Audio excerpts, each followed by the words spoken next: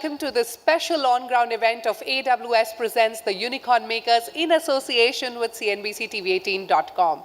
The tourism and hospitality industry is emerging tall and strong after a 2-year-long struggle. The sudden lockdowns and travel restrictions had literally flipped the business game for this sector within days. According to the World Travel and Tourism Council, the contribution of travel and tourism to India's GDP was 6.8% in 2019 and it fell to 4.7% in 2020. The travel companies and hotels were literally struggling to survive. The businesses in this sector faced an overwhelming number of challenges to stay afloat during the pandemic. However, holding immense potential with a highly competitive domestic and international market for travel and hospitality, the sector has been quick to leverage on innovative technologies and pioneering products to bounce back into business in a rather admirable way. According to the IBEF data, by 2028, the Indian tourism and hospitality industry is projected to earn $50.9 billion. Along with such enduring numbers, the sector's confidence is further boosted by special incentives from the government.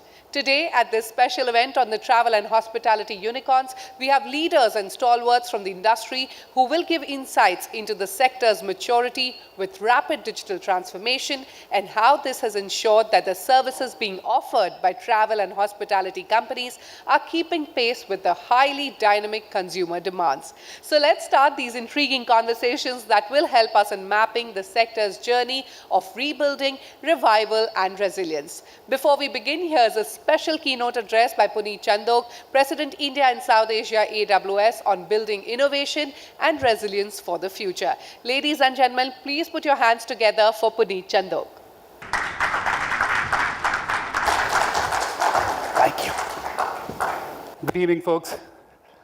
First of all, a very warm welcome to the first physical event that at least I've attended in the last couple of years. Yeah. It is just incredible to see people together in person in the room. I hope this is not a blip and this stays. I was noticing outside people were meeting each other and it's surreal, right? We're rediscovering the art of meeting each other. I could see people fist bump each other. There were some handshakes, a couple of hugs. And there's one person who was looking at me from the corner of the room, just staring at me, deciding it's safe to stay away. So everything goes, and we're almost relearning the art of meeting each other. But it is incredible to be here, thrilled to host all of you. Thank you for the time. And I just want to call out, I think this was a once-in-a-lifetime crisis, hopefully once in a lifetime, at least we can't take it again. Every sector was impacted, but I can't imagine a sector which is more impacted than travel and hospitality. And I just want to say, guys, just incredible to see the resilience from this sector, from all of you. I've been talking to customers in the last couple of weeks, and several of them in the sector are saying we're beating pre-pandemic numbers, or we're very close to getting close to the pre-pandemic numbers, which is exciting to see. So congratulations on that, and hopefully the worst is past us. What I'll do in the next 10 minutes is kick this off, and I want to touch on 3 topics, and just give you a sense of three themes. One, I want to talk a little bit about India, what's really changed in the last couple of years from our vantage point as AWS. Second, I want to talk a little bit about what's really happening in AWS, what are we really building, how are we moving the country forward, which is our mission. And then third, I'll talk about travel and hospitality, and I'll wear the customer hat and give you my own experience on how this sector is developing and just how is technology really playing a role and where can we innovate together, right? So that's the plan, next 10 minutes. Let's start with what's happening in India. I often quote a guy called Ruchir Sharma. I don't know if you've heard him. He's an incredible writer, writes really well about India. Usually he's sarcastic about India, but sometimes he writes really well. And he wrote something which has stuck with me. He said, India is a country that consistently disappoints both the optimist and the pessimist. Let me say this again. India is a country that consistently disappoints both the optimist and the pessimist.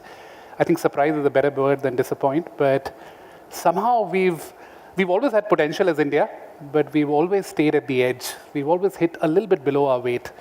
But in the last couple of years, that's starting to change. There are 3 tailwinds that at least I'm really excited about in India. One is just the demographics and the talent we have in the country. Again, this is not new news to all of you, but 50% of our population today is less than 25 years of age. 50% of our population. There's no country like this anywhere in the world, which is an incredible opportunity for all of us. Look at what's happening in the market. There are 5 million developers in India. Again, we'll be the largest developer market in the world in the next year or two. India is producing more than 200,000 computer science graduates a year. Now, again, I know we all struggle to find talent and skills, but we have the raw material in this country. I was talking to somebody in Australia this morning. He said 25 million people in Australia, and look at the economy, right? And look at the size of what we have. Look at the ecosystem that all of you are developing. 60,000 startups in India, 95 unicorns and counting. By the time we leave this room, there might be one or two more. But it's incredible to see the momentum in the startup ecosystem that all of you are building. It's just really, really exciting. Look at small and medium businesses. India is the largest market in the world for SMBs. 75 million SMBs in India. I was talking to somebody in Latin America. They've got a fairly large SMB market as well, but it pales in comparison to what we have. Right? Just incredible runway there. Put all of this together, just a lot of blue sky in India that's starting to come together now. I think the other tailwind in India that's working for us is something that we've now started to take for granted, which is the 3 digital infrastructure highways that have come together. Look at Aadhaar, look at Jan Dhan, look at the mobile and data revolution. Again, this is not new news. All of us know this. We all use it. But if you look at some of the statistics, right, UPI today in India is processing 2x the transactions that Amex does globally. That's the scale of UPI. And again, we take UPI for granted. We take Aadhaar for granted. But a lot of what we're doing today in business, the reason we're being able to build businesses in India and accelerate is because of these digital infrastructure highways, right? So that's the second thing that's working in our favor, which is really exciting. The third is technology. And technology often gets misunderstood, right? We all talk about cutting-edge technology, and I love to talk about AI and ML and how we're doing some really interesting cutting-edge work. But the real magic is happening when technology is getting simplified. I'll give you an example. Last year, we launched something that we call the Amazon Digital Suite, which is basically we bundled together a few ISV solutions. This is for small and medium businesses in India at a low price point with some support built in. We're now selling that on Amazon.in. And if you're a small and medium business in India today, you can buy technology like you buy bread, butter, and milk. You can literally buy technology like you buy bread, butter, and milk, right? That's the beauty, and that's how technology is getting more and more simplified, and that's how we will deliver impact at scale, right? So that's a little bit of just what we're seeing in India. Let me talk about AWS, and I'll talk about our mission. Our mission in India is to empower builders and businesses to build a better India. I'll say this again, empower businesses and builders in India to build a better India. That's what all of us, and we've got several AWS colleagues in the room today, that's what we all get out of bed in the morning for, right? Truly trying to build a force that moves the country forward. And beyond English and words, I'll give you some numbers to bring this to life. We were the first ones in India in 2011. In 2016, we built our first region in Mumbai. 2019, we expanded the region. And we're now building one of the largest regions in the country in Hyderabad, which goes live later this year. And if you look at all the capacity that we're building for India, it's for the next 2 to 3 decades. It's not for the next 2 or 3 years. We just don't do business plans for the next 3 to 5 years. We do it for the next 2 to 3 decades. That's how keen we are on India. This morning, we were having a conversation around skills, and India needs 9x the digital skills that we have today. As AWS, we've trained 2 million people on cloud in the last 5 years. We've trained 2 million people on cloud. Now, obviously, that's not enough. We've got to do a lot more. But that's just the scale of investments, and that's what we're trying to build in India. Let me come to travel and hospitality. You guys know this better than I do, but just some ideas. And I think if you really look at the crisis, we've all learned many, many lessons. But the one lesson that stuck with me is just the need for agility, right? The ability to adapt to uncertainty. And we were talking outside and somebody asked me the question, how has your business been in the last 2 or 3 years? The first year was really tough for us, right? Imagine a business, and most of you saw that, right? Volumes dropped by 90 to 95%. And the whole premise of cloud was that it allows you to scale up and scale down with your business. So if your business is down 90%, you shouldn't be paying for technology as much as you were paying earlier, right? So we've all seen that up and down. And that's the biggest lesson for me, which is the ability to adapt, to be agile. And that's where cloud really comes in.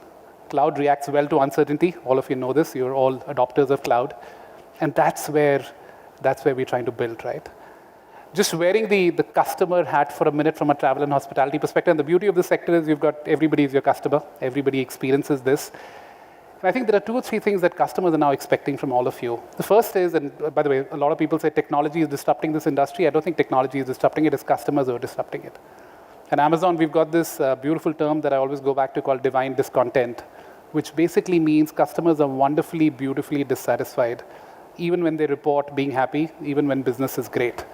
But your ability to invent on their behalf, read between the lines, really stay a step ahead of them is what would drive innovation, right? And that's what we try and do at Amazon. But if you really look at what's happening with your customers, and I'll give you just 2 or 3 areas where we are seeing opportunities for you to build on.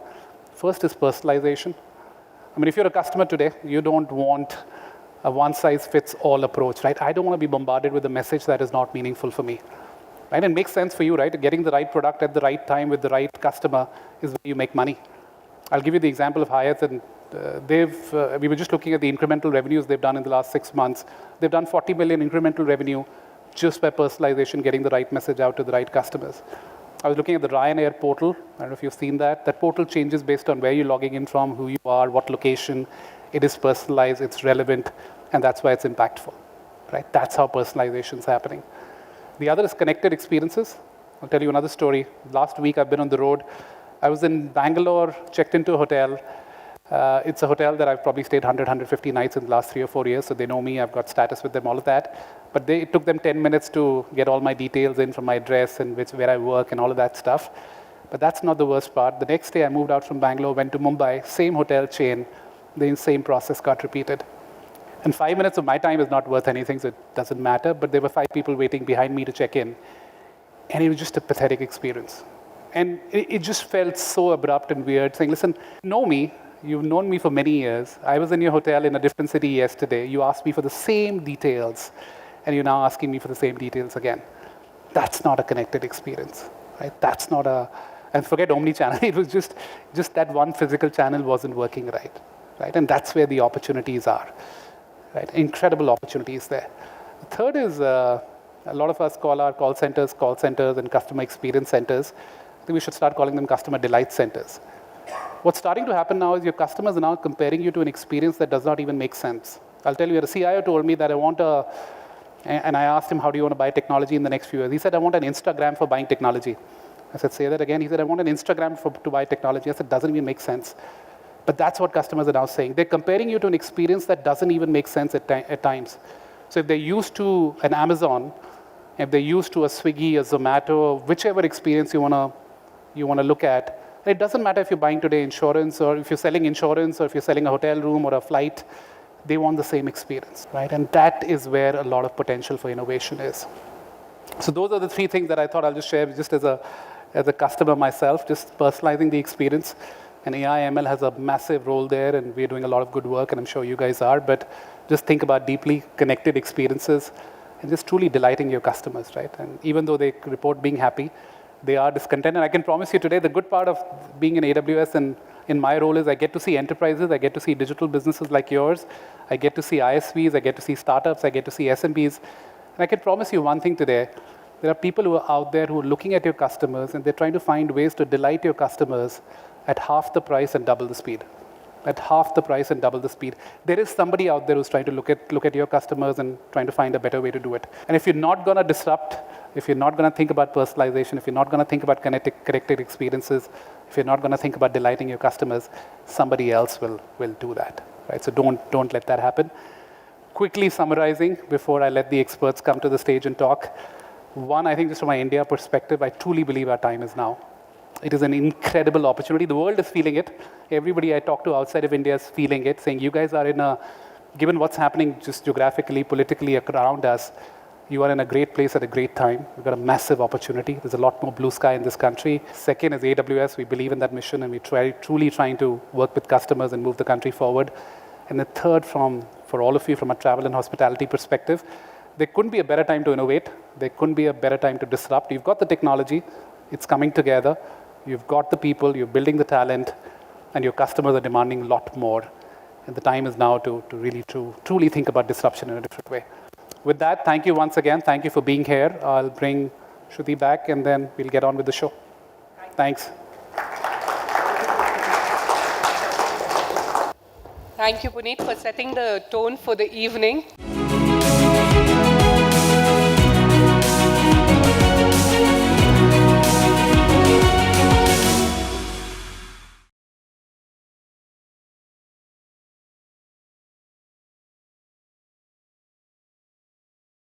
Moving on, our next conversation of the day is a fireside chat on building the next in travel and hospitality from the lens of chief product officers and founders, and how product innovations will shape the future roadmap of the sector.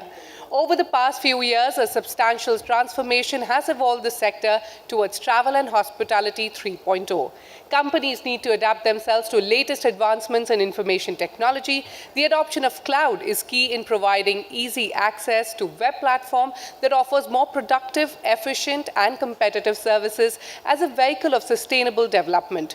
In addition, cloud empowers companies to innovate at scale.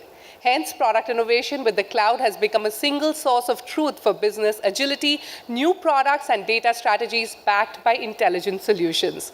Let's hear what our experts have to say on this. I would now like to welcome on stage Abhinav Sinha, Chief Product Officer, OYO, Neeraj Mathyani, India Head Digital Native Business, AWS, and Gaurav Bhatnagar, co-founder, TBO.com. A huge round of applause, ladies and gentlemen, for our panelists. Welcome, panelists.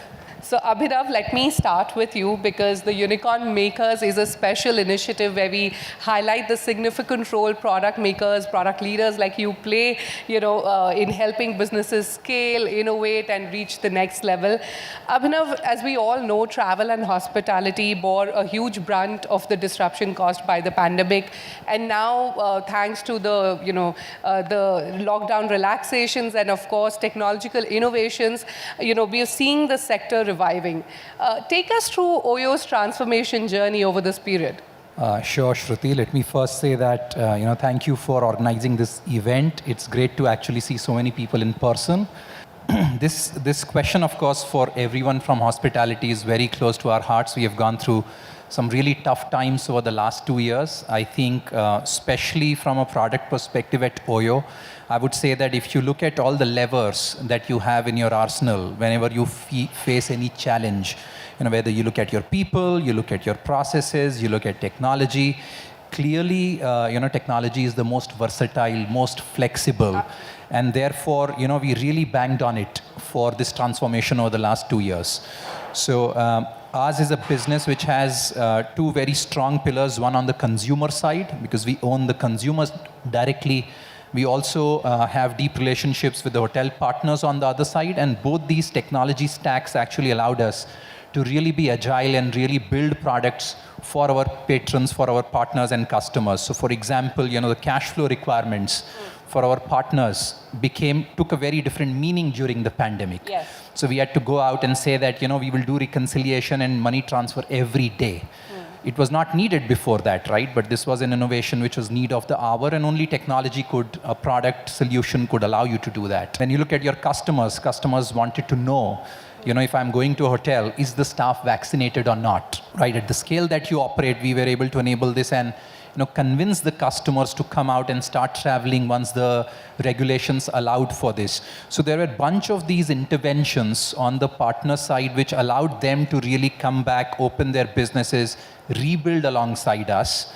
And also on the consumer side, which basically instilled confidence amongst the customers, almost handheld them. We launched a self-check-in process where you could basically upload all your identity details online and you are spending least possible time at the reception. We talked about Vaccinate. We opened services where you could request sanitization before your eyes, before you move it into a room. So a lot of these hand-holding was done to really build confidence. And I think, the deployment of technology and products was the only way we could have done in the time frame that we had in front of us. Absolutely. A lot of innovations there. Coming to you now, Gaurav, at TBO, what were the key sectoral challenges for you, with respect to technology and product innovation along with scalability? What challenges stood out for you? No, I think it was a really hard time. And specifically at TBO, our biggest challenge was that we have global diversity in our business. We operate in more than 100 source markets. And we have multiple products that we sell. We have significant flight business and hotels business, and everything was disrupted. Yes. So the first challenge, and I think really technology had to solve it, was that just the data was moving so fast. Every day the regulations would change, right? So from India you could travel to UAE, but from UAE you couldn't travel to Saudi. From France, can you travel to US? And because our business is really serving travel agents and travel sellers, and the end customer was essentially depending on them. So we had to devise ways in which we could really present this data in near real time, really innovate a little bit on figuring out where this data resides, right? Where is it coming from the source, and building tools so that this was available on our website in a real-time manner, so that the travel agents are aware of what the latest regulation is. The other big challenge was that when the refunds started to happen with the airlines, there was a huge mess because the airlines wanted to give you a kind of like a voucher which you can use in the future. Yes. That was very hard, especially in the assisted tab. So the travel agent is in the middle, and then there is a customer. So we had to figure out ways in which we could create ways for these vouchers to be created, and then the travel agents could kind of issue those vouchers, and the next flight could be booked for the same passenger using that old voucher. The third challenge for us was that every country came up with their own regulations. For example, in Brazil, the local regulation was that you had to allow a customer to be able to reuse the refund, not as a cash refund, but as a voucher for 2 years hence. So we had to again create tools for the travel agents in Brazil to be able to create that facility to issue a credit voucher to their customers, which they could use for the next 2 years. So it's been an incredibly hard time. All of this had to happen in a lot of, there was pressure because, product is built by How many people. sleepless nights did you have? I still get nightmares. Do you sleep now? I still get nightmares, but I'm very happy. I've been traveling so much now. And like you guys said, meeting people face to face, seeing a crowded airport. Yes. Traveling to Europe and seeing nobody has a mask on. I'm very happy now. Fingers crossed. Fingers Don't crossed, want to yes. jinx it. No, but I think the industry, full credit to the whole ecosystem. The industry came together very well. Everybody innovated on technology. So when the airlines had to issue these vouchers because the government mandated it, they built the technology very quickly. We integrated the technology very quickly. The OTAs did that as well. I think that really, the pain was very bad for the customer. Refunds are still stuck. But to the extent possible, I think the whole ecosystem really came together to ease the pain to the extent possible. Both of you, Neeraj, before I come to you, I want to ask to the both of you, you both spoke about how you had to innovate and so quickly. I want to understand, and Abhinav, if you could answer first, at OYO, you've been innovating for the past 2 years. You've created an efficient tech product ecosystem. What went into creating this efficient product tech ecosystem? If you can throw some light on that, and then I'll come to you as well. Yeah, I will. This is a very good question. I will take words from Puneet's speech and talk about how data for us is absolutely integral to how we think, how we build our products. And COVID, of course, gave it a very different meaning. We realized that personalization, for example, was no longer just about the person. It became so much about the context as well. Right, so we have never seen such diverse interplay between the person and the context as we saw during the COVID times. So the same person, is the company paying for it, or are you paying from your pocket? And this could change how you behave. Are you traveling alone? Are you traveling in a group? It could change. Are you traveling with your family, or you are traveling with friends? It could change. But this change has been super material now during COVID, because the sensitivities around these dimensions, just taken a very different meaning. So for us, I think the way we have built our business, the focus on data, the focus on really understanding the customer, the focus on really, having a native platform and having control over your ability to personalize, your ability to interact, has been at the heart of how we have always thought about the business. So that definitely played in our favor. The second thing I would like to talk about is, inherently we always believed in, opening up the market in India. And travel is one area where we genuinely believe that India is still in very early stages of, seeing the full boom in travel. And COVID, of course, has disrupted it by a few years, but we will get there. And as part of that, our philosophy has always been that you need to make things very, very simple and easy to use for the customers as well as for the hotel owners. So there I believe that, the philosophy of how you build your products, the approach which you bring to the table as far as, engagement with customers and your partners is concerned, that really takes center stage.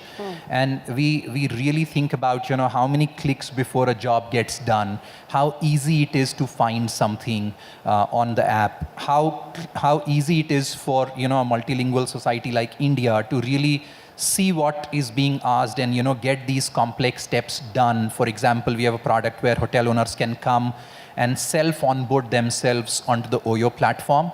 And again, the challenge or at the heart of it, the principle remains that you have to make it so simple that they really go through this and are able to adopt. And I think that helped, the DNA helped us, because in COVID, we had to launch a lot of new things, ask people to behave differently and do a lot of these things online. And the DNA of making things simple really pushed us in the right direction. All right, similar for you, Gaurav? So I think, we have a very unique advantage because we are a B2B platform. Yes. While we are an internet business, we have a deep relationship and a connect with the users of our platform, whether it is the supply side or the buyers. And that from a product innovation perspective, we have a direct line with the user. So a lot of feedback input can come from what the buyer is asking for. Like we connect with our travel agents, and that's really been our core for the business, that we have a very strong communication channel with our users of the platform, and they give us so much insight into what is it that they want to solve for. The real challenge and the innovative part has to be not so much knowing what the problem is, because the users will tell you that, being able to map innovation that is happening across the platform ecosystem. There are other platforms like Uber is a platform, Zomato is a platform, DoorDash is a platform, Airbnb has built as a platform. And some incredible stuff has happened in these platforms on things like digital onboarding or self-service tools, or creating tools for suppliers to use data to maximize their yield. Being able to connect the dots from a different industry, but fundamentally a platform business, and adapting it to our business, I think that has been key for us. Okay. Building on top of the fact that platform businesses have been around for a long time, we are slightly younger in that journey, but being able to leverage what, like an Uber has been able to do, and, if you look at from a distance, Uber and TBO are totally different businesses, but the underlying platform characteristics are very similar. So you can really connect the dots from different platform businesses, apply it to your customers' problems, and I think that is where innovation happens. Okay, all right. Neeraj, coming to you now, both of them spoke about technology adoption and innovation. Many businesses understand and know the importance of cloud adoption, but they still, cannot align their businesses to modern technology. What are the apprehensions there? What have you understood? That's a good question, Shruti. It's not true anymore. A lot of businesses have moved to the cloud journey, and the pandemic showed having your business linked to your IT spend, right? is a good place to be in. And especially the travel and hospitality business has always been tech friendly.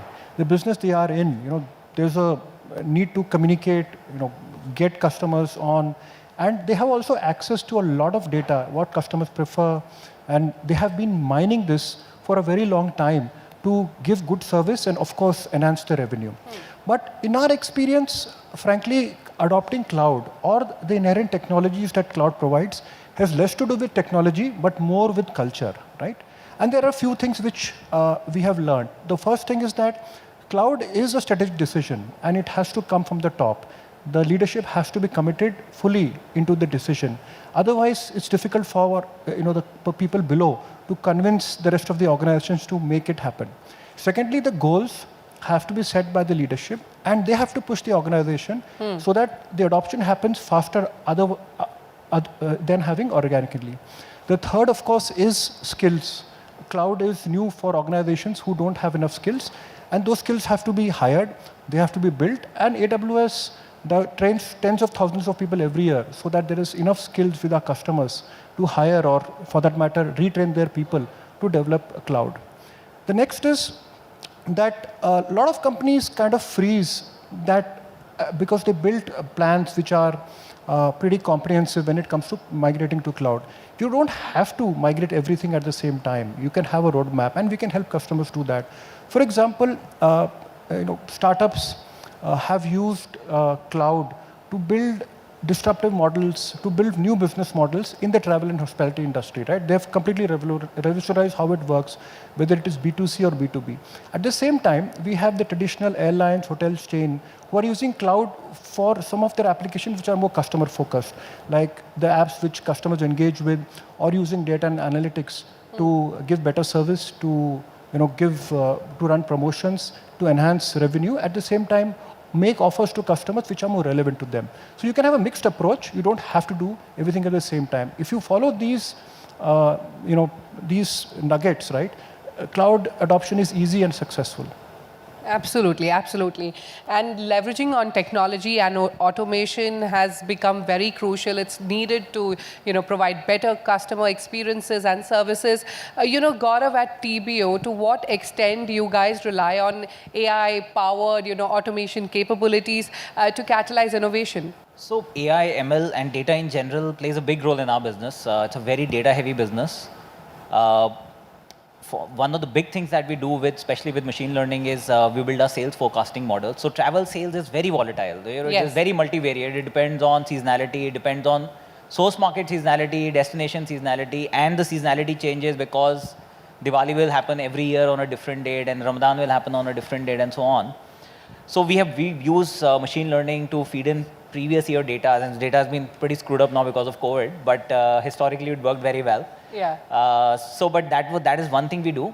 The biggest challenge that we try to solve for, and I can't say we have solved for it, but we aspire to. So we do millions of bookings, and then the data is like less than 0.5% bookings will have an issue. And the issue usually is you reach a hotel and the booking is not there. Everybody has gone through it at one point or the other. For us to be able to predict, out of those millions of bookings, which are the 0.5% bookings which are likely to have that issue. Yes. Is a big problem which could be solved with AI, ML modeling. I can't say we have solved for it, but that is what we are aspiring for, because for us, it's a huge operational headache today. Because if we do 1 million bookings, we touch 1 million bookings to make sure that's reconfirmed, that the booking will actually be there, payment is reached. But the reality is like searching for a needle in a haystack, because it's out of every 1,000 bookings, maybe there are 10 bookings which really needed work, but we have to touch the entire 1,000 bookings. Yes. So that is really one big problem we are trying to solve with AI, ML, data, analytics, to be able to say, can we pinpoint where the problem is going to be? The third element is churn, right? So our customer base is very sticky. They stick with us for a long period of time, but there are behavioral characteristics in the usage of the platform when they're about to churn, right? They will stop using it. They will have some issues. They will stop, they'll reduce the number of searches. So can we predict churn before it happens? So those are the kind of problems we're trying to solve with AI. All right. So picking up from what just, Gaurav said, and Neeraj, this question is for you. Today's market is volatile, it's agile, and it's important to keep up with the changing dynamics, the demands that customers have, the innovations at scale that you need to do. How can cloud help, with this, respond quickly to such changing market dynamics?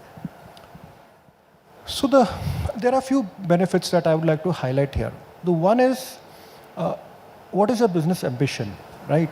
And when you have a great ambition, do you have the wherewithal to handle the risk that ambition brings in? For example, in the travel and hospitality industry, you don't know which way, it's seasonal by nature, right? You have peaks when there are vacations, you have seasonal peaks because of, say, a weekend, a long weekend. I just heard that the current weekend was the best ever before the, you can't plan for this, right? That people will decide to go out. And then you have festivals, right? So cloud by inherent nature, because you spend only what you really need to, helps you be ambitious and at the same time manage your risk. That you are not investing in technology and infrastructure for a peak which may not come.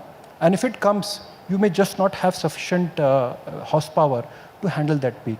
So for example, Make My Trip, by implementing our AWS's container services, has saved over 22% and also has the agility to manage the peaks that they experience and even the dips that they experience during the whole year.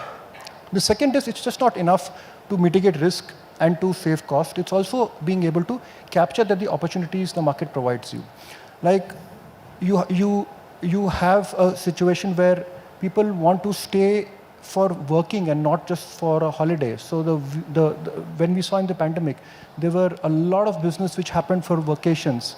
So how do you identify these opportunities and what do you do with them? Yes. How do you identify the kind of people who will want such offers to them? How do you promote these offers to them, and how do you service them so that they're satisfied with the whole stay? So cloud provides the agility, the tools, whether it is machine learning, analytics, or databases, and also connecting to various systems which help you provide data. For example, what people are searching, what they are probably clicking on, and also doing this at scale, right?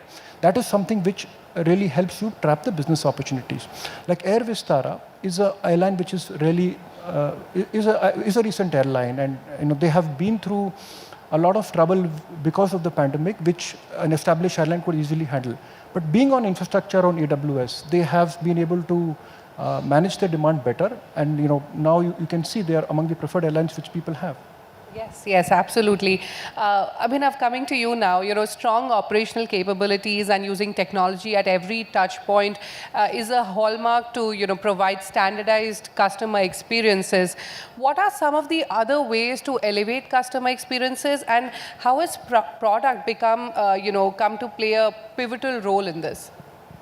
Shruti, customer experience for us is a very broad paradigm, and especially in India, a lot of us will relate with this, that it goes, we look at customer experience not just in the traditional way. For example, in hospitality, we look at price, and price has, one of the biggest factors in the same hotel. If you look at how people rate you, there's a very strong correlation to the price they paid.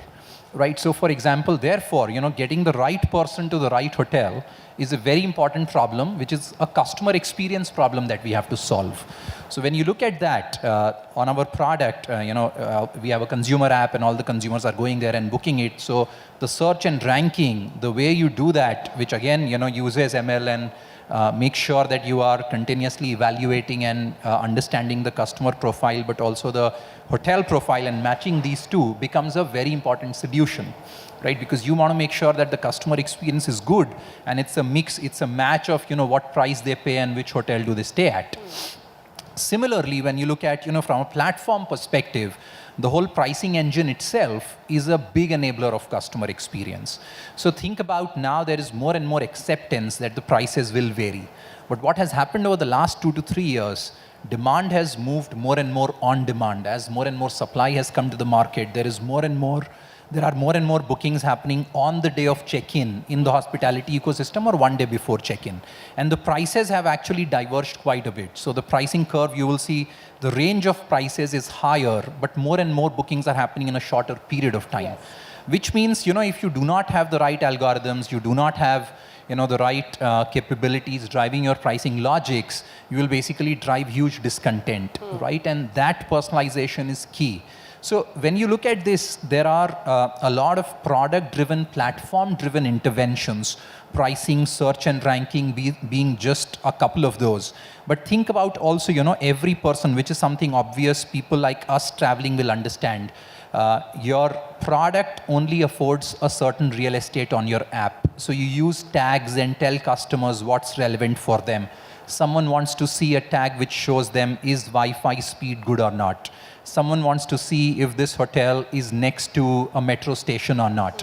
You can't show everything to everyone because there are so many dimensions. So what tags you show to which customer is again a very important aspect of making sure that the customer makes the right choice. Right? So all of this, when you see, the point here is, the customer experience dimensions, the way they are evolving in hospitality. There is, of course, evolution happening in the physical experience that you deliver inside the hotel. But I would argue that a lot of evolution has already happened and is happening in how the platforms are enabling customers to really take charge and ensure they are having a better customer experience. Reviews, ratings was at the forefront of this, right? This was very beginning when we said that you empower me, and then, but there are more and more dimensions opening up, and therefore how the platform really takes charge and allows the customers to be in charge of their own decision making and really, feel empowered there. That is all product, right? That is all that technology has to do. And the capabilities, you have to invest over years and really make sure that you keep, really delivering for your customers there. So that's from a product and platform perspective, that's what I would like to highlight, that, in the customer experience itself has become, more meaningful on the platform. And there is a very high acceptance also now in India, especially I would say, in customers that, that's what's customer experience first for them.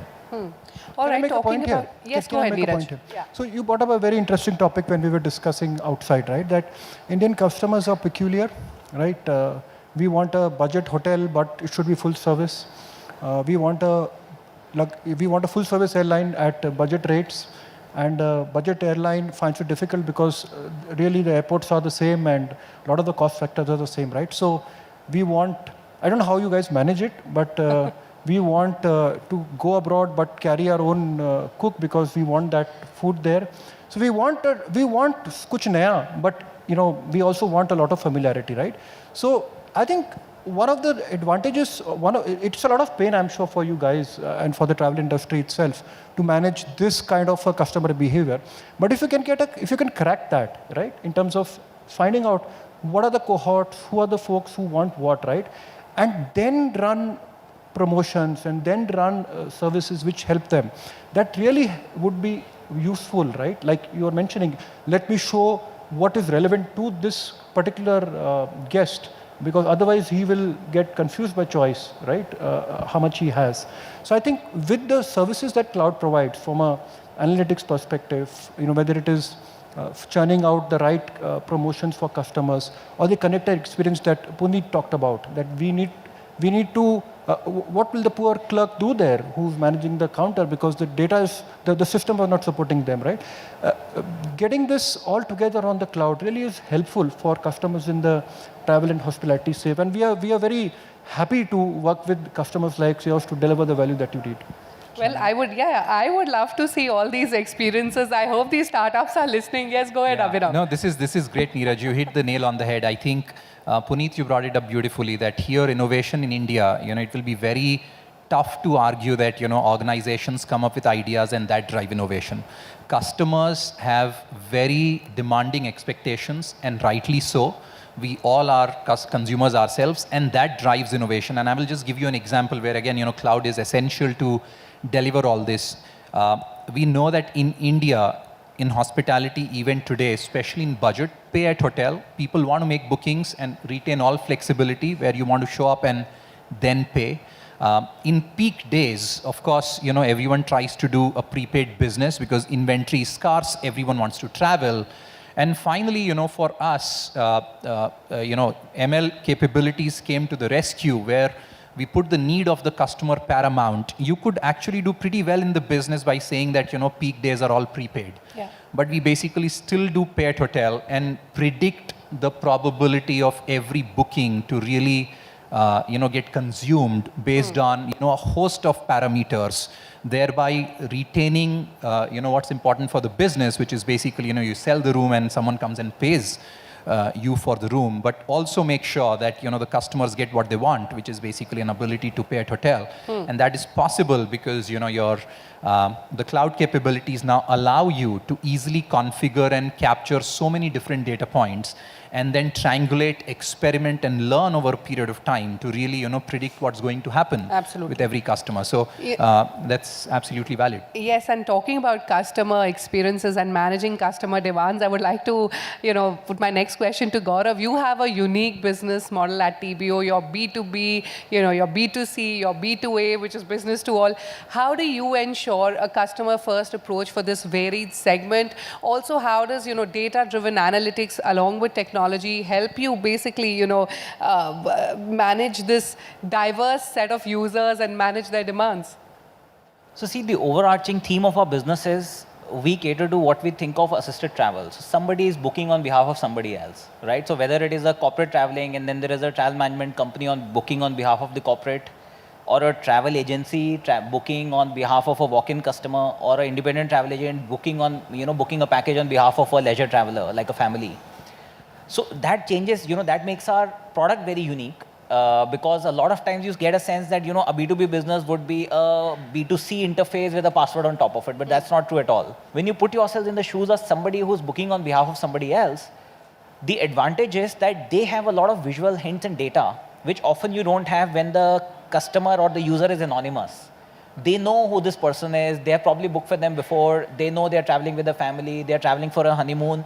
There is just so much information that the travel agent has at the time they try to make the search, which information is usually hidden unless you are Google, and Google knows everything. But if you're not Google, you do not know. As an OTA, you do not know this person starting to type his search. I do not know who this person is. But in our assisted travel play, we have a lot of hints that come in, and we try to build our search interfaces in a way that we can use these hints and match it with our historical data. Okay. We generate a lot of data, so we know that when travelers from, say, Saudi travel as a family to Dubai, they would say in a very different set of hotels as against a family traveling from India to Dubai or a family traveling from Europe to Dubai. Or when we see there's like one person traveling for 2 nights, it's a corporate traveler. So the type of hotels you want to show them is very different from the type of hotels you want to show somebody else, right? So the whole assisted travel play is a very unique space. We understand it very well, and we've been able to use the data that we generate, marry it with the data that the travel agent can provide us, saying that, okay, I know who this traveler is, right? This guy is a leisure traveler traveling for a, for a honeymoon or for a family vacation. And hence we can customize the results that we show in a much fine-tuned manner compared to an OTA where a lot of times the data is very anonymous. We heard both Abhinav and Gaurav talk about data, and we all know a data revolution is taking place. Neeraj, my question is to you. How can businesses further optimize core data operations, get more out of their assets, manage data, understand their customer better, and basically provide a seamless experience? I think I feel like an imposter when I sit with these guys because they know their business so much better than me. So our job is to provide the tools. Their businesses, what they can do with the insights that they get out of the data is something that our customers understand very well. We do have experts in AWS who come from the industry, whether it is travel and hospitality, finance, etc., who help customers look at their businesses, look at where the technology can help them.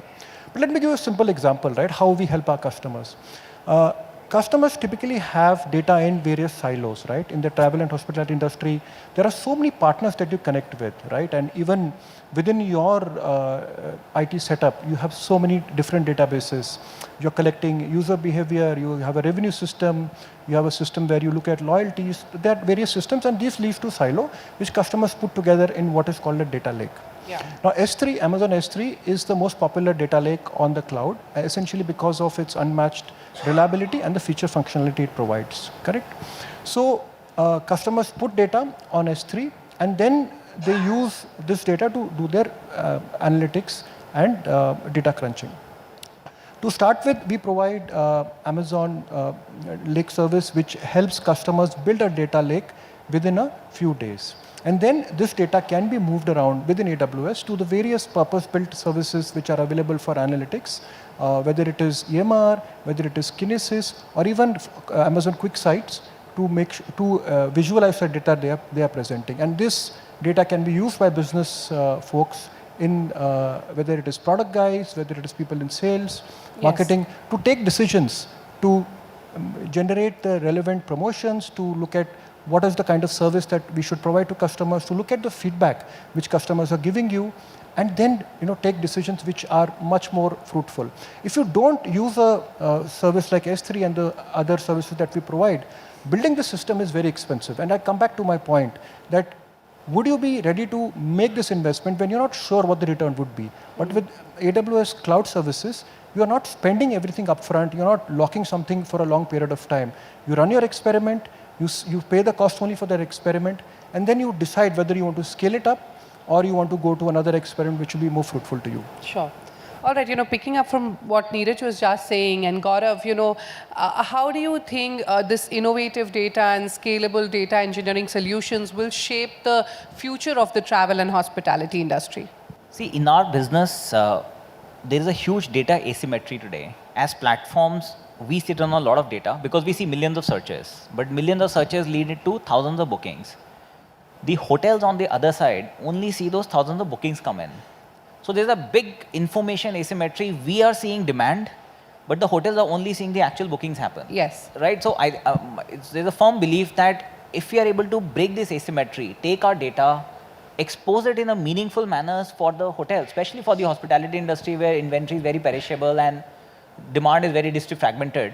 If we are able to create tools which allows us to share the data that we are seeing with the hotels in a manner that allows them to take the right action at the right time on pricing, on availability, on source market-wise differentiation in pricing, I think that is a huge step forward.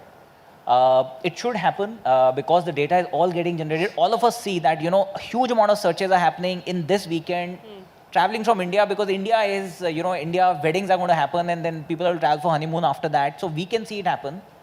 A hotel in Maldives has no idea, right? They can't, because how many source markets are they going to track?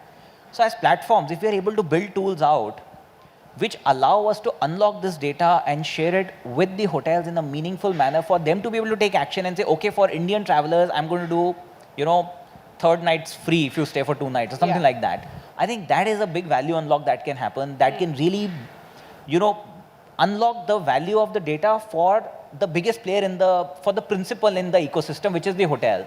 But a lot of power, a lot of data sits with the platforms right now. Somehow it is not reaching the hotels. So I think that is a big change that needs to happen. Absolutely. Interesting points made there, Gaurav.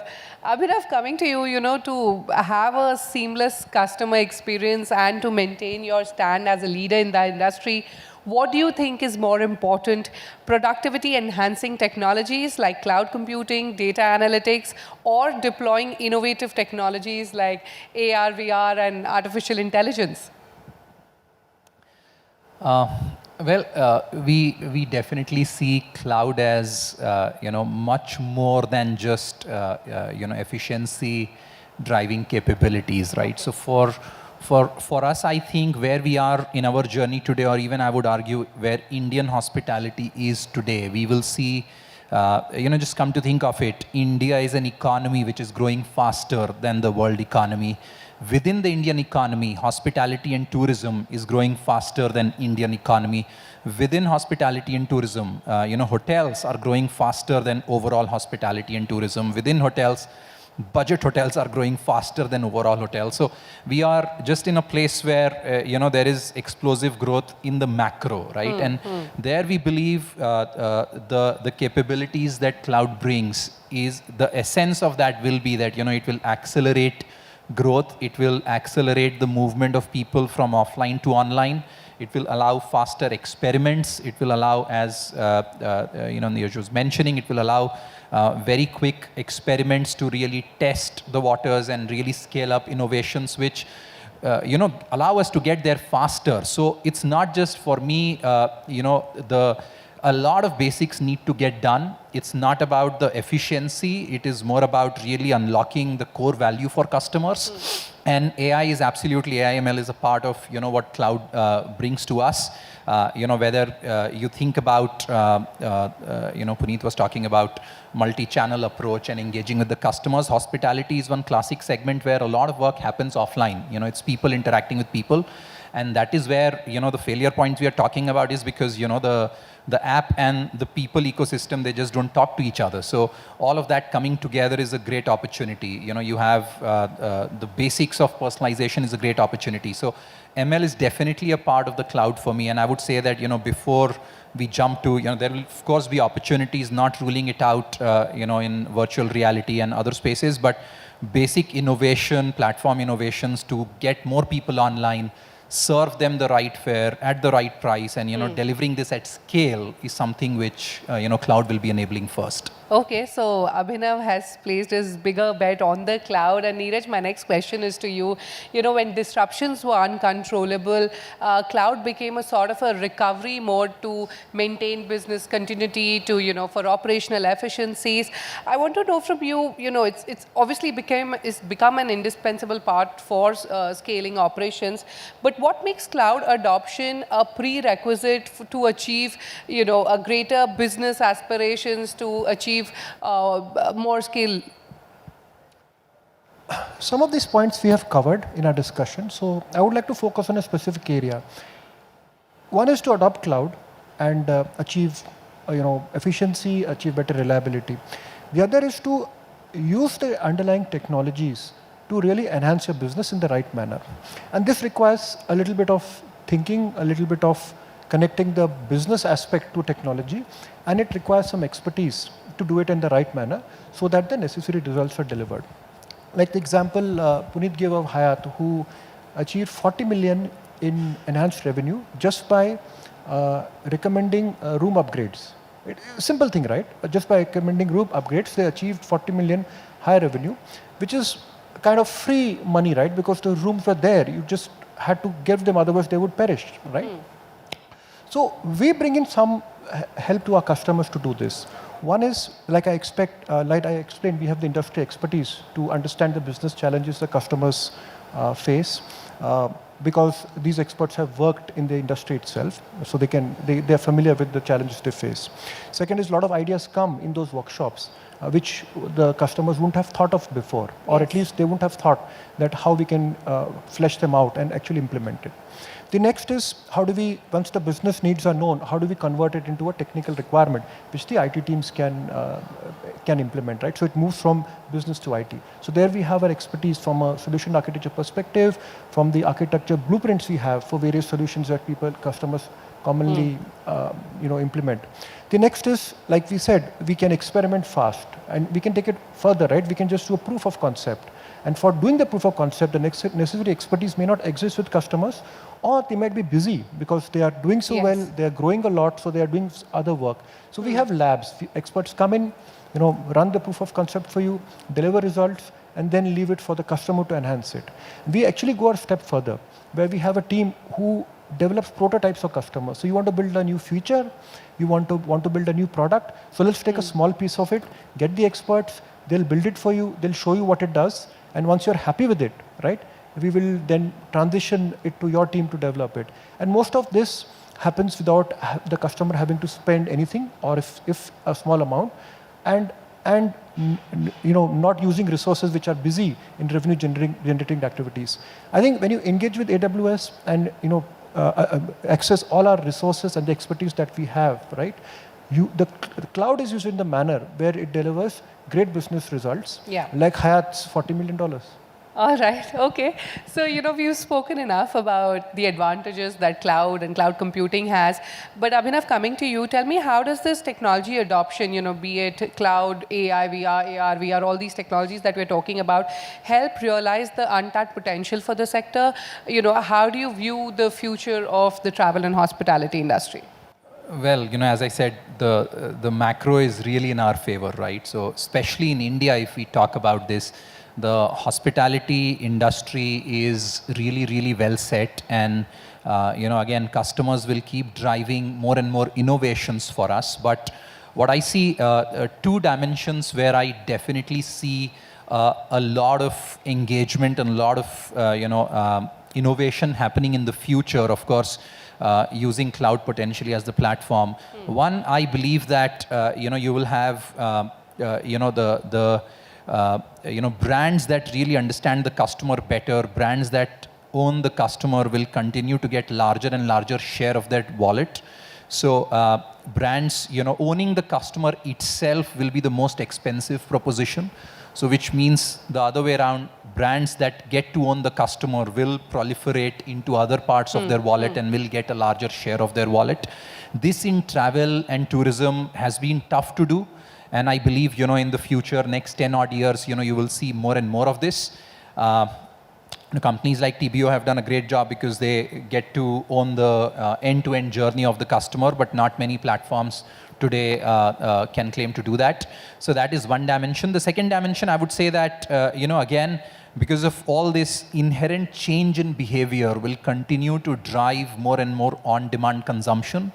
More and more on-demand consumption basically will mean that, it's capabilities around data, capabilities around technology will need to be really cutting edge to be able to serve the customers. This is a change which is already happening. This is a change where I would say that given the dominance of the mobile ecosystem in India, this change actually is unique because, we will be at the forefront of seeing this change even compared to the Western markets. So, we will see this change proliferate further, and therefore, what does it mean for different businesses will be open for interpretation, but clearly for hospitality and tourism, more and more on-demand decision-making will happen. And you have seen that, platforms like Airbnb came out and talked about flexible search options, right? It's again an aspect of basically saying that, I want to go somewhere. I'm flexible where to go. I'm also flexible with the dates. But that pretty much means you can pretty much, pack your bags and go tomorrow. So that aspect, in my opinion, will drive a lot of innovation over the coming years. At OYO, we feel we are very well placed because that's what we see already transpire on our platform, and the type of capabilities you need to invest years together to really make the most of it. But over the next 10 odd years, how brands will get larger share of wallet from the customers they own in travel and tourism, and more consumption will keep going on demand. All right. Before we wrap up, one final question again, Gaurav, for you. We spoke about product innovation. Tell me, between product improvement and product innovation, what according to you should be the priority for startups in the travel and hospitality sector? Also, when should a growing startup shift from improvement to innovation? Is there a timeline, or both can be done parallelly? So I think, it's TBO is in this room, I see Ixigo is in this room, and Oyo is in the room. All of us have filed our prospectus. And there is one thing common. Our businesses are very different, but there's one thing common in all our prospectus, which is what is called a flywheel. Okay. We all, online businesses and online travel businesses depend on network effects, that I bring in more buyers on the platform, it will grow faster, right? That is what leads to exponential growth. The challenge with this flywheel is it's a chicken and egg problem. Usually there's a buyer side and a supplier side, and Oyo has gone through that journey, we have gone through that journey, Ixigo has gone through that journey. You break that, right? The chicken and egg problem will only break through some product innovation, right? If there is no product innovation, you will not have a business. You will not have an online business. You can't compete with the incumbent if you do not innovate on the product. So you have to start with product innovation. That starts your flywheel spinning, right? You solve one part of the problem. Do I bring supply first? Do I bring demand first? Which will only happen with some innovation on product. Once you have your flywheel spinning, then you have a lot of luxury, right? Then you can decide, do I want to make the flywheel spin faster? Which will happen usually by product improvements as well. But you have to start with innovation. Otherwise, you're just replicating what somebody else has done. And if their network effect is already playing out, it'll be very hard to compete. All right, so while it's a chicken and egg situation, Gaurav says, if there's no product innovation, there is no business. Gentlemen, many thanks for such great insights. Thank you for joining us today on the show. A huge round of applause, ladies and gentlemen, for our panelists here. Thank you so much. You can just take the mic.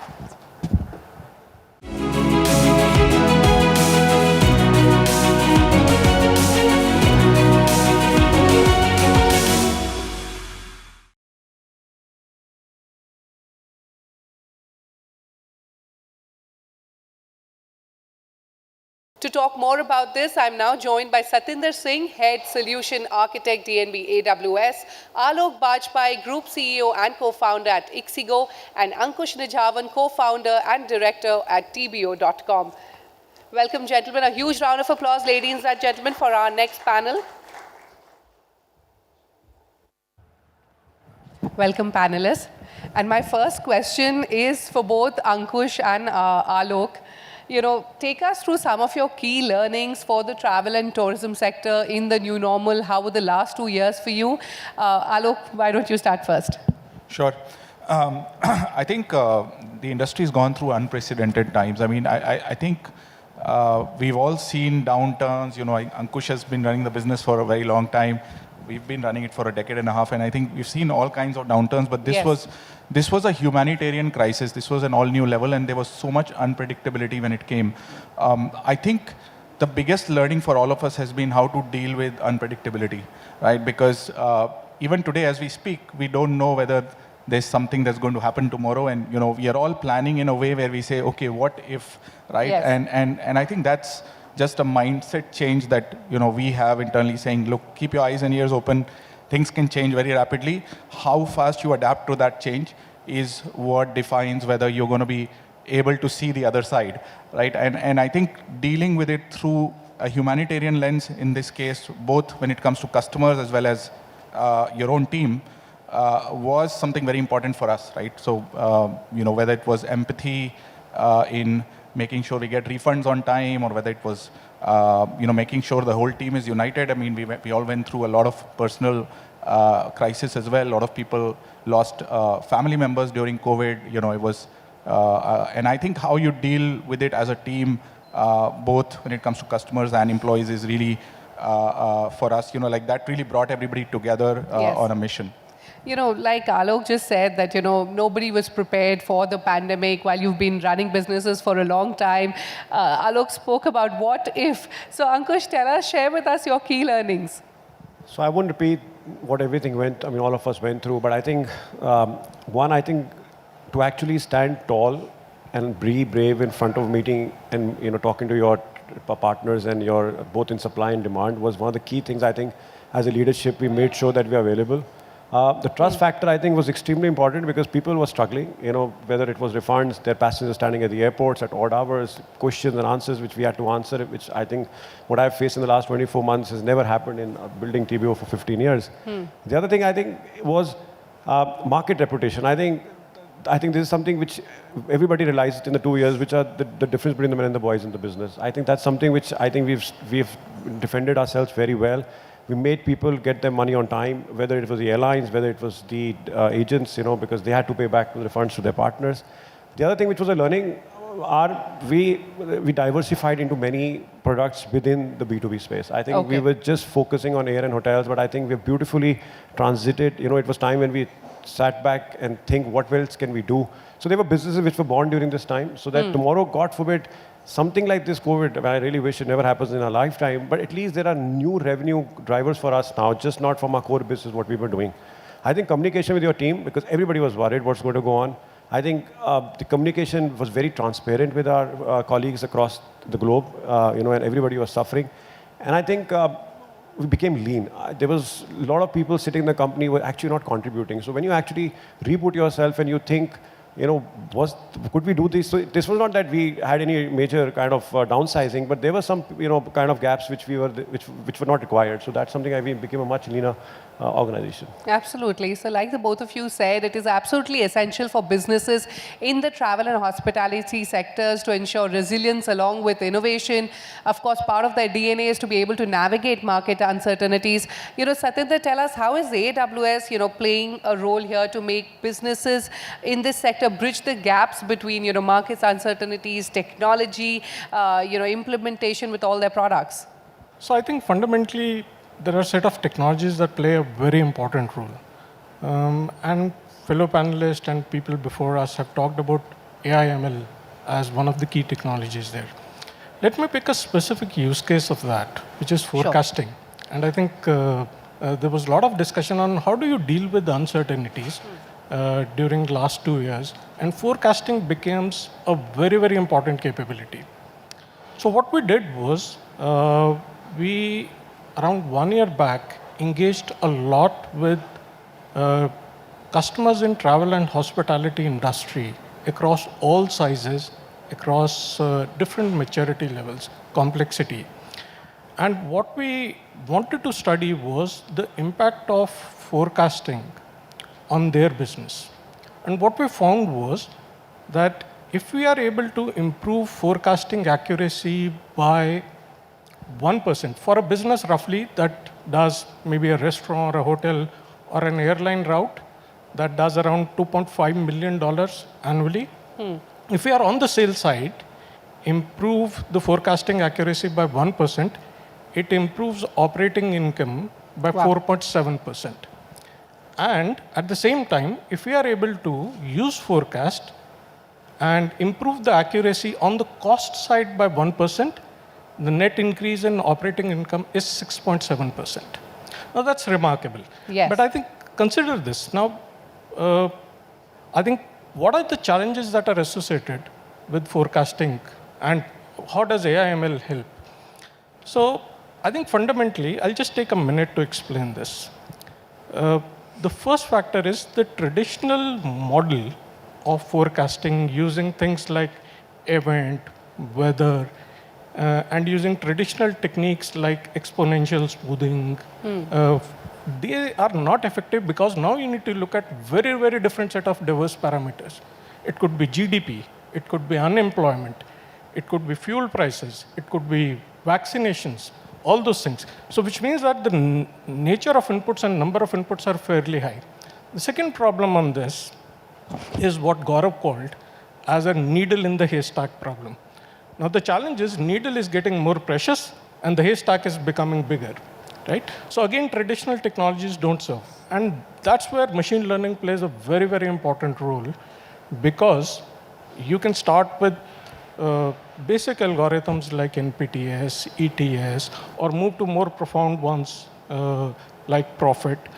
What is really moving the needle with some of the customer implementations that we have seen is the deep learning using neural networks. And machine learning absolutely addresses that. Satyendra, thank you for taking us through such great facts and insights. But there is also a growing need for tech-first and tech-enabled infrastructure development for the travel and the hospitality sector. Ankush, what would you say are the key pillars for this? I think, especially in the B2B space, the travel agents are very kind of, the willingness is there, but because it is costly, so either, they're not bold to spend that money. And I think everybody is looking at us to build those solutions. It's been 15 years building this, and I must say that every year, we get great suggestions from our travel partners. And actually, whatever we have built today is the feedback what we receive from the market.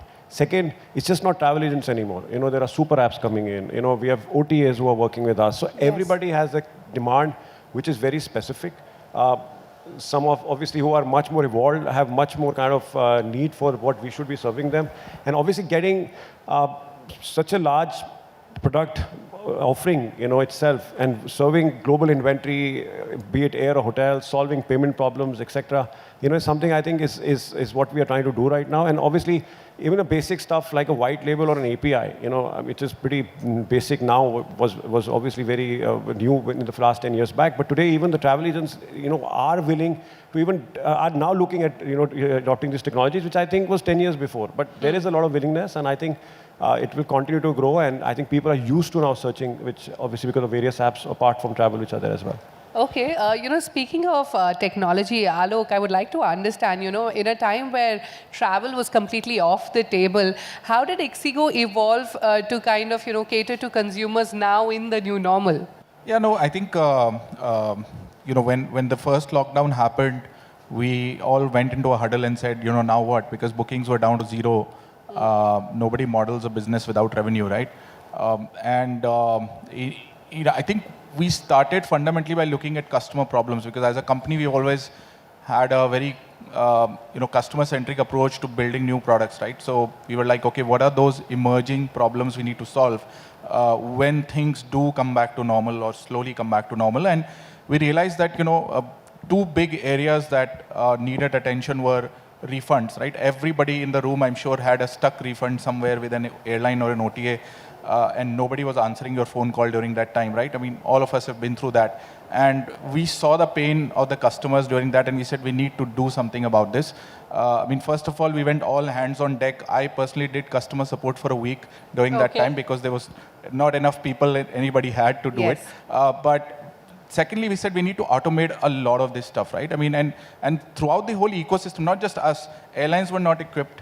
The whole industry chain, I'm sure all the B2B guys, agents, nobody was equipped to have such a massive scale of cancellations, refunds, and, credit shells and all that overnight. So we started building a lot of tools that allowed us. So we built this new customer experience management platform called OneView, which today is the heart of our customer experience delivery, right? So all our customer-facing agents can now get a lot of automated prompts on, when is this refund likely to come back, how can we accelerate that? And the other big product which we launched was Ixigo Assured, which essentially gives you a refund back, whether we get it from the airline or not, that's our headache, but it gives you a refund back predictably, instantly, right?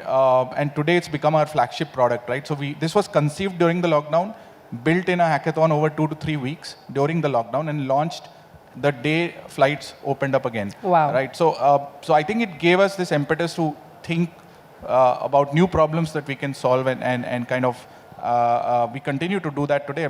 Even today you have a lot of uncertainty. Every 2 or 3 months, you don't know what's going to happen again. And I think products that give you, and travel is very dynamic. There's too much availability change, pricing change all the time, right? So products that can give customers a little less uncertainty at this time, I think that's what they're looking for. Yes. Ankush, coming to you now, how product innovation has emerged as the mandate for the new normal in the industry. Take us through some of the product innovations you did at TBO. So I think as a platform, and now put yourself as a travel agent, and after the pandemic, suppose you're searching for something in Iceland. I think the biggest thing what we bring on the platform is trust. Because one, we are responsible for making sure that the service is delivered, plus the discovery. How do you find the right supply at Iceland to fulfill that. Looks very simple, but try it, it isn't. I think that's something which TBO has brought it via the platform to the travel partner, solving a payment problem. I mean, we deal in 56 currencies today. That itself, remitting, let's say, $1,000 for a package in Iceland itself is a challenge. I think that's where TBO has actually evolved, in the last 2 years to ensure that all these destinations today, we're bringing trust, we are becoming discovery, and also solving the payment. What Lok just mentioned, I think auto cancellation, auto issuances was a need of the hour, which will obviously stay now, and hopefully this problem doesn't happen again, what we faced in the last 2 years. I think this is something which is taken. The other one which we did was create a lot of other businesses in technology. For example, marine business, which is very understated, is actually business which is for people who work at the sea, right?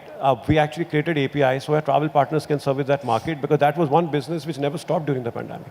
And there were other innovations like this. We brought in Zamzam, which is our online business for serving the Umrah passenger, into the Saudi government. We started our business of Paxes, which is basically a self-corporate booking tool, which we are giving to the travel agent, that he can go back to his corporate and serve this, because we bring the tool to you with the inventory, and obviously, make him look nice, for winning that RFP or whatever he's serving to that corporate. So a lot happened, and I'm glad we had time to think on these innovations, and hopefully, I'm sure we'll drive this into revenues and profits in the next years. Absolutely, yes.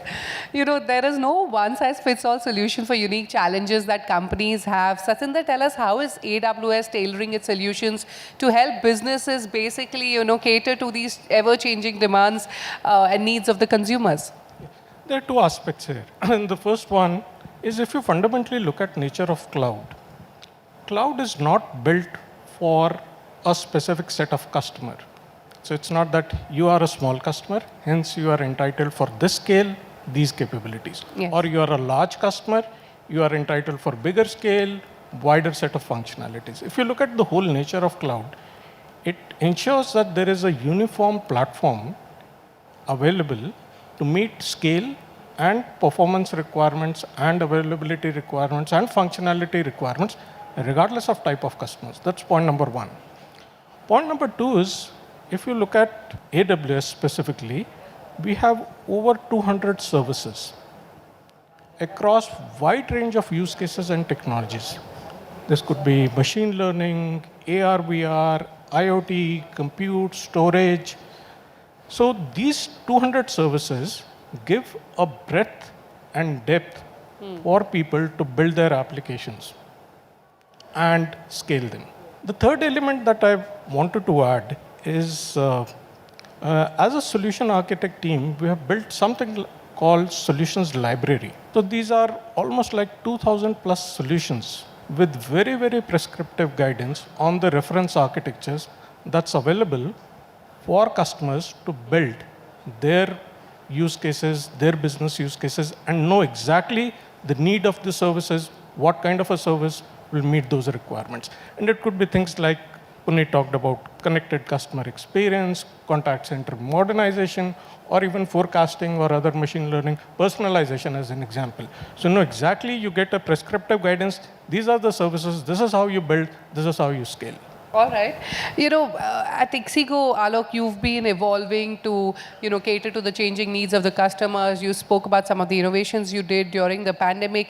But what I want to know is, what changes did you implement basically to target new customers and to retail your loyal customers? So I think, yes, we have been evolving. We started as a meta search, catered to the flight segment in the very early days. Then we chanced upon this great opportunity at the bottom and middle of the pyramid on the train side, where we launched as a utility app, and over time, got into transactions there as well. And just before the pandemic, in fact, we became a full stack OTA, and then went through the last 2 years. And I think the big changes we saw in how we thought about building our business there was that we had to be thinking. If you're starting an OTA today, because most of the OTAs in India started like a decade back, but for us, we are one of the, in that way, one of the youngest OTAs, right? Like, what are the 2 or 3 things that are important? One was, we mentioned personalization in the previous panel, and we were like, look, we have to think about personalization from day one and capture all that data and make sure that we have, the data lakes and the data intelligence built behind the scenes. But secondly, we need to automate every customer interface to the extent where we do not need to depend on somebody picking up a phone to solve your problem. And I think the real end game for OTAs is that you should not need a customer to reach you at all, right?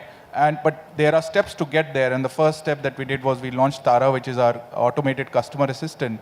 Last year, Tara was solving 85% almost of all queries that we got inbound. And not just it creates huge efficiency in the system, but also provides a much better experience than a human agent can do, because humans will have to go back to a knowledge base or look up how to solve that problem. And a bot can do it a lot more efficiently with all the knowledge already captured in the learning models. And as it fails, it also learns. So it might not be able to solve your query, transfer you to a human agent, but next time it might solve that query as well, because it's observing how the human agent actually interacted and solved that query. So that's where data science and AI works behind the scenes to make it better. The other area where we spent a lot of time was to figure out, how do we understand this new user segment? So there's this next billion user segment, which we believe is going to define, the travel landscape in the years to come, because many years ago, we did not imagine that millions of people would be booking rail tickets and bus tickets online as well, right? Because the internet was limited only to the big cities. But the adoption now in these smaller towns, and we don't realize as a country, the achievement of crossing $1 trillion on UPI in the last fiscal year, 6 billion transactions a month. We have the most evolved payment systems on the planet today, right? And that is so simple that, someone coming from Itarsi or Jhansi or these kind of places coming the first time to book a train ticket online is able to use UPI to set up his account in seconds and do that transaction, thanks to, the underlying infrastructure already in place, right? Yes. And I think that's what we've been able to leverage and simplify sort of to get that audience on board. So you mentioned about changing audiences. We're trying to see how someone coming the first time to the internet from a small town in India, and 92% of our transactions last year had a leg in tier 2, tier 3 or tier 4 cities, and not between a tier 1 to tier 1. And I think understanding that customer is where most of our current energy is focused towards. All right. So talking about onboarding new customers and retaining loyal customers, Ankush, coming to you, TBO has a vast customer base, courtesy your B2A model, which is business for all, business to all. Tell me, how did you ensure that, your approach of transforming customer needs is agile and adaptable to dynamic markets? Sure. So one is that the plethora of the product offering, I think this is a conscious effort for us to increase the width and the depth of our product, because we have all sorts of travel partners across the world and they have different needs and demands, and we don't want to lose, we don't want them to lose their customer because we couldn't offer them, the products which I think are extremely vast in our system today. Second is to bring technology solutions, and I'm not saying that we are selling technology, but what we actually bring with the tech is also the inventory and the commercials behind it, be it an airline supply, be it an hotel supply. So I think which kind of strengthens them to actually compete with the digital world. The third part is the offerings today. Today, the amount of data what we have, because of the million searches, what we have gone through over the last so many years, the advantage is we can actually go back to the supply and work with them very closely, because we have that data and say, here, this is what we need from you. So that extra take rates or extra margins, what we can kind of skim from the supply, it helps our demand, which is the travel agents, to actually make more money. And that is something which is something we are doing, because we have the search analysis. We exactly know that this travel agent is going to be searching for a 5-star in this, because we know his behavior. So technically, for me, my consumer is a travel agent. So we make sure that the data, we're able to kind of give him what he needs, which obviously helps him to convert his traveler, rather than losing it to competition. All right. Alok, the B2C travel space has always been highly competitive. How does ixigo stand out in terms of, product, technology, marketing, and customer experience compared to the other players in the market? What has been your USP? I think, look, we were one of the least funded players in this category, and one of the players that grew well, that worked for you, clearly. Grew organically. Sometimes, when you're pushed against the wall, you do come up with things differently. And I think for us, we've actually invented playbooks, right? When I look at marketing, like most of our marketing is done in-house. We've not used agencies ever. We do a lot of viral videos. Many of you would have seen them. It's all done in-house. They're shot in a room in our office. We have green screens and all the equipment lying there. And it's fun to do it. Most of the actors are people who work for us. And I think when you don't have budgets to get celebrities on TV, etc., that's what you do. But it sort of worked for us in the pandemic because that was the only kind of marketing we were all consuming, right? When we were sort of on our phones all the time with nothing to do during the lockdown. But I think, fundamentally it's about A, getting the right talent, and B, building the right culture, right? So everything else that we do, like product, technology, market, I mean, everything flows from that. So if you're able to get the right talent, empower them, and then build the right culture. In our culture, customer obsession is the number one thing, and number two is empathy. And these are attributes which we retrospectively understood that that's our culture, not that we had a painting on the wall saying these are our cultural traits. But retrospectively, we were like, okay, what are the things that we really enjoy and reinforce as a team? And it boiled down to saying, okay, we are so obsessed about customers that we solve problems even if there is no monetization. When we launched our train app, it was a utility app. There was zero revenue on day one. When we launched our flight meta search, zero revenue on day one. We launched a vaccine slot finder and booking tool during the pandemic, not for revenue, but because we had access to people in tier 3 towns who didn't know you could get vaccinated, right? And we got hundreds, in fact, thousands of people every month whom we enabled to vaccinate through our app, right? And we do these things because we think our customers care about them, and that reinforces the trust and the flywheel that was being talked about, because at the center of the flywheel, it's not monetization, it's actually building trust with the customer, right? If you get the trust of the customer, monetization is the easiest part. So we focus a lot on saying, and building trust needs empathy, because you have to put yourself in the shoes of the customer. And I think that's the hardest part to sort of learn or teach in the current environment where it's all about growth and valuations and all that. But I think the basics really boil down for every B2C business really about great customer experience, great empathy for the customer, and starts with getting great talent on board. And that's where we focus most of our energy, on a day-to-day basis. Absolutely. And, Satinder, coming to you, Alok spoke about inventing playbooks. And travel and hospitality companies have been reinventing themselves constantly by using technologies like artificial intelligence, machine learning. You spoke about demand forecasting earlier. But what impact would you say this has created in optimizing demand forecasting? I think I did briefly talk about the kind of impact that it has. I'll start with an example on how some of our customers are exploiting this technology. Let me give you an example of Swiggy. What Swiggy is doing is they're dealing with massive number of orders and transactions every day. And obviously they built a forecasting model based on machine learning and the demand prediction. What they did was they extended this model and they used a technology that we have, we call it Amazon Forecast. So what they did was, can I extend this model to forecast delivery partner payout? Okay. And if I'm able to forecast that, then it allows them to figure out what kind of promotions and incentives do I have to give at a point in time to either my customers or my delivery partners. And that's a very, very dynamic model because they deal with a lot of spatial considerations. It may be a specific zone in the city or a specific time in the day, and the times would be changing. Now, their ability to do that is a profound example of how people can leverage forecasting to improve efficiency. I think that's point number one. The second aspect of machine learning is personalization that we've talked about. And if you think of personalization, we have got this service called Amazon Personalize. And what we see with doing personalized like use cases, there has to be a very fine balance between exploit and explore. Yes. So exactly if the customer is needing how long, how deeply do I exploit, and at the same time ensure that I'm giving options to customers so that they can explore, so that I can exploit at a later point in time.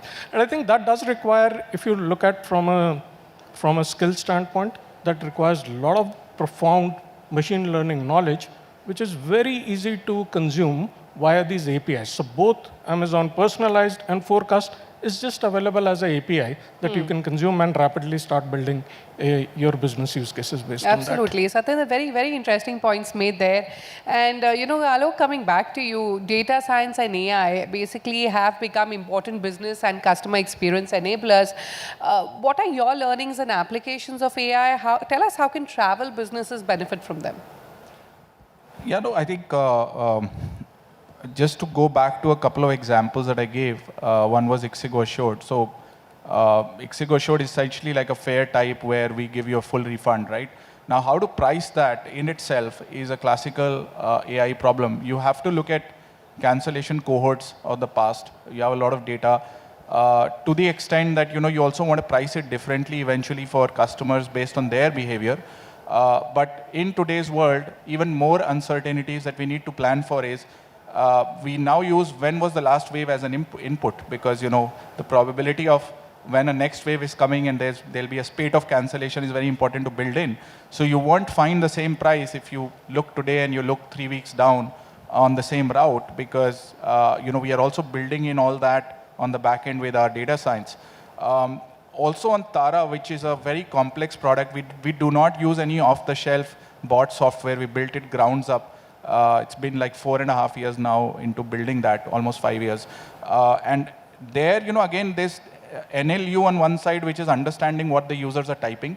And in India, people will mix Hindi and English, do a lot of, shortcuts, acronyms, this and that. So I think that itself is a very hard problem. Some of the Amazon tools definitely are very helpful for us there. And then the second part is, how do you continuously improve, right? So, if you fail at a query, in fact, detecting whether your AI chatbot is failing is itself an AI problem, right? Because at that moment, you need to transfer to a human agent seamlessly. That in itself is a very complex challenge. And we actually spend a lot of time in cracking that and then saying, okay, how do I not fail the next time? Which is, how many instances of failure have I seen, and can I learn from those conversations that the human had? What did the human do that the bot cannot do? And funnel it back to improve the bot. So going from 75% of queries handled to 85% was hard.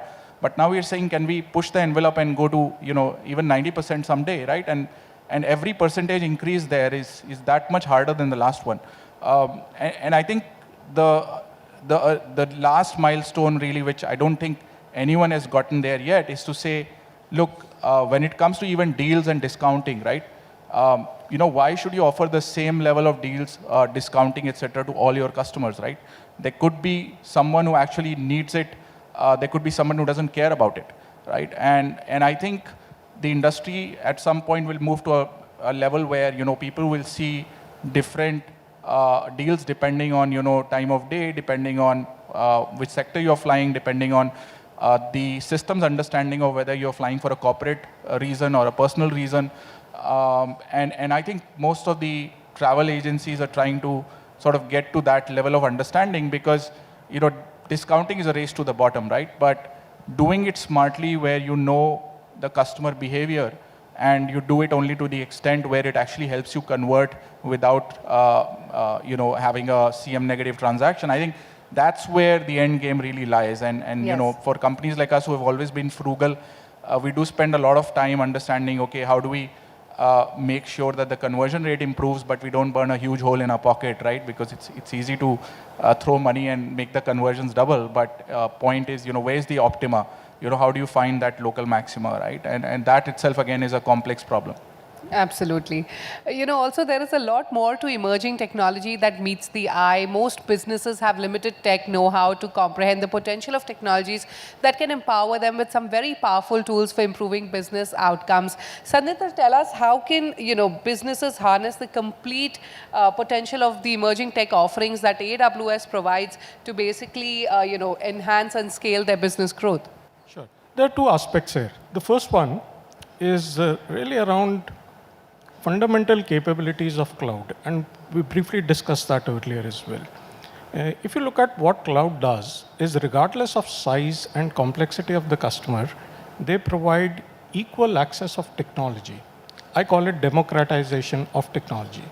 So all these emerging technologies like machine learning, artificial intelligence, AR, VR, IoT. If you look at an organization, if they have to build things on their own, there are a couple of challenges. A, it will take enormous amount of time. B, talent. C, the cost, right? And is it worth it or not? And customers are telling us that they want to move away from being builders of these foundational blocks to consumer of these foundational blocks so that they can build their business use cases on top of these blocks. So what cloud does is provide these kind of services in an API-driven or easy-to-consume fashion. And we did discuss personalized, forecast as examples, but there are many. Now that's one. The second one, which I think is very profound, and cloud kind of gives significant advantages, is when you're building a business case or a new use case based on emerging technology, there are two things that you would be thinking about. What in case it fails? What is the cost of failure? What is the impact? Now, cloud reduces that dramatically. Now, the second aspect of this is, what in case it succeeds? How do I scale it from X to 10X to 20X to 30X? And cloud really speaks very well on scaling that. So regardless of whether it's a failure or a success, your ability to take learnings and move on is very, very profound for cloud. Absolutely, absolutely. And, before I open the floor for the audience to ask questions, one final question, and that is for all three of you. As the sector is nearing normalcy, how do you view the competitive landscape? Also, do you think product will emerge as the big game changer in the race for the bigger market share? Ankush? So, I think the competitive landscape has further widened, and I think what we are seeing now is, and I break it into 6 parts. One, the OTAs. Some of them will get stronger, some will weaken. Second is the technology companies which are actually selling travel tools. Third would be a platform like us, which will obviously grow. Some will grow faster, some will grow lesser. Fourth is the super app, which is now, which I think travel become an important part of these apps, and you can see Tata launching, etc., etc. The fifth one is the travel agent, which some of them have evolved during the pandemic, some will perish because they did not change, did not save cash, etc. And the sixth one, which is the newest segment which I'm seeing now, is a lot of good people leaving large travel companies are actually becoming entrepreneurs. Okay. And they're actually now suddenly emerging and mushrooming and coming to companies like us, taking the inventory, they have the customer, and suddenly I'm seeing these new people now, very talented and suddenly emerging. So I think this is the way the competitive landscape will change, and I think product is definitely going to be important. I think content as well, and solving with problems such as payments, etc., and trust and discovery. So Ankush says competitive landscape will be widened. Alok, your thoughts on this? Yeah, I think, look, COVID has been disruptive. Like you definitely saw some players get stronger and others get weaker. And I think technology is emerging as a key determinant of, who gets stronger and who gets weaker, right? And I think the continuous ability to reinvent yourself, that's going to, in my mind, that's going to define, which players can leverage the technology to solve emerging customer problems or emerging pools of customers that we didn't even know existed right before the pandemic. So I think that's going to be super important. And then last but not the least, we have all these super apps coming in. We have OTAs, we have metas, we always have B2C side. There's always some action. But if you see, historically, globally as well, I think whoever builds the deepest customer experience and the most trustworthy relationship with the customer is the one who has the right to win, right? And I think it's great to have more competition because the bar is that much higher for all of us. Yes. And it's great to have also in other categories players who are raising the bar on customer experience. We want everything delivered in 10 minutes and this and that, right? And I think for companies like us, we are always super focused on where is the ball on the customer going to move next, right? Can we preempt that? Can we start building for that today? Because that will always mean we stay one step ahead on whatever we want to do. Absolutely, and more competition means greater delight for customers, I believe. Satinder, your final comments. I think I hear conversations like this, and what is going in my mind is just discovering art of possible with customers like these, right? How do we leverage technology? How do we co-create, co-innovate? And Neeraj did briefly talk about some of the mechanisms that we have put in place, whether it is prototyping team. They can work with customers, build a business case, build a use case, build the technology architecture, and then leave it to customers to scale it further. Or we can bring in specific SMEs, both on the data side as well as on machine learning side, to co-create with our customers and develop those use cases into extendable models. And I think those are the ones that I think we need to leverage more of that and work with customers to conquer new frontiers. We've truly had some very insightful and engaging conversations. I think we've covered pretty much all of it. So with that, we can wrap up again. Many thanks, gentlemen. Ladies and gentlemen, a huge round of applause for our panelists here. Thank you. Thank you. Thank you. Thank you once again, panelists. Closing remarks. So the future of travel and hospitality demands a new approach, one that aligns technology and innovation strategy with future business goals, enabling leaders to make future-proof financial and technical decisions today to create a resilient tomorrow and reconcile competing business needs with technical and financial considerations. Faced with disruption, whether a localized weather event or a pandemic that spanned continents, travel and hospitality companies responded and rebuilt themselves from scratch. Game-changing, scalable innovations born out of necessity are the only way forward, and it will not end here. More solutions will come as the travel and hospitality industry looks to rebuild, disrupt, recover, and thrive as time goes on. Thank you everyone for joining us and making this event truly memorable. A special thanks to all our esteemed speakers for the great insights, bringing to focus the key opportunities in product innovations and mapping the future trends of the travel and hospitality industry. And thank you all for being such a good audience. Thank you.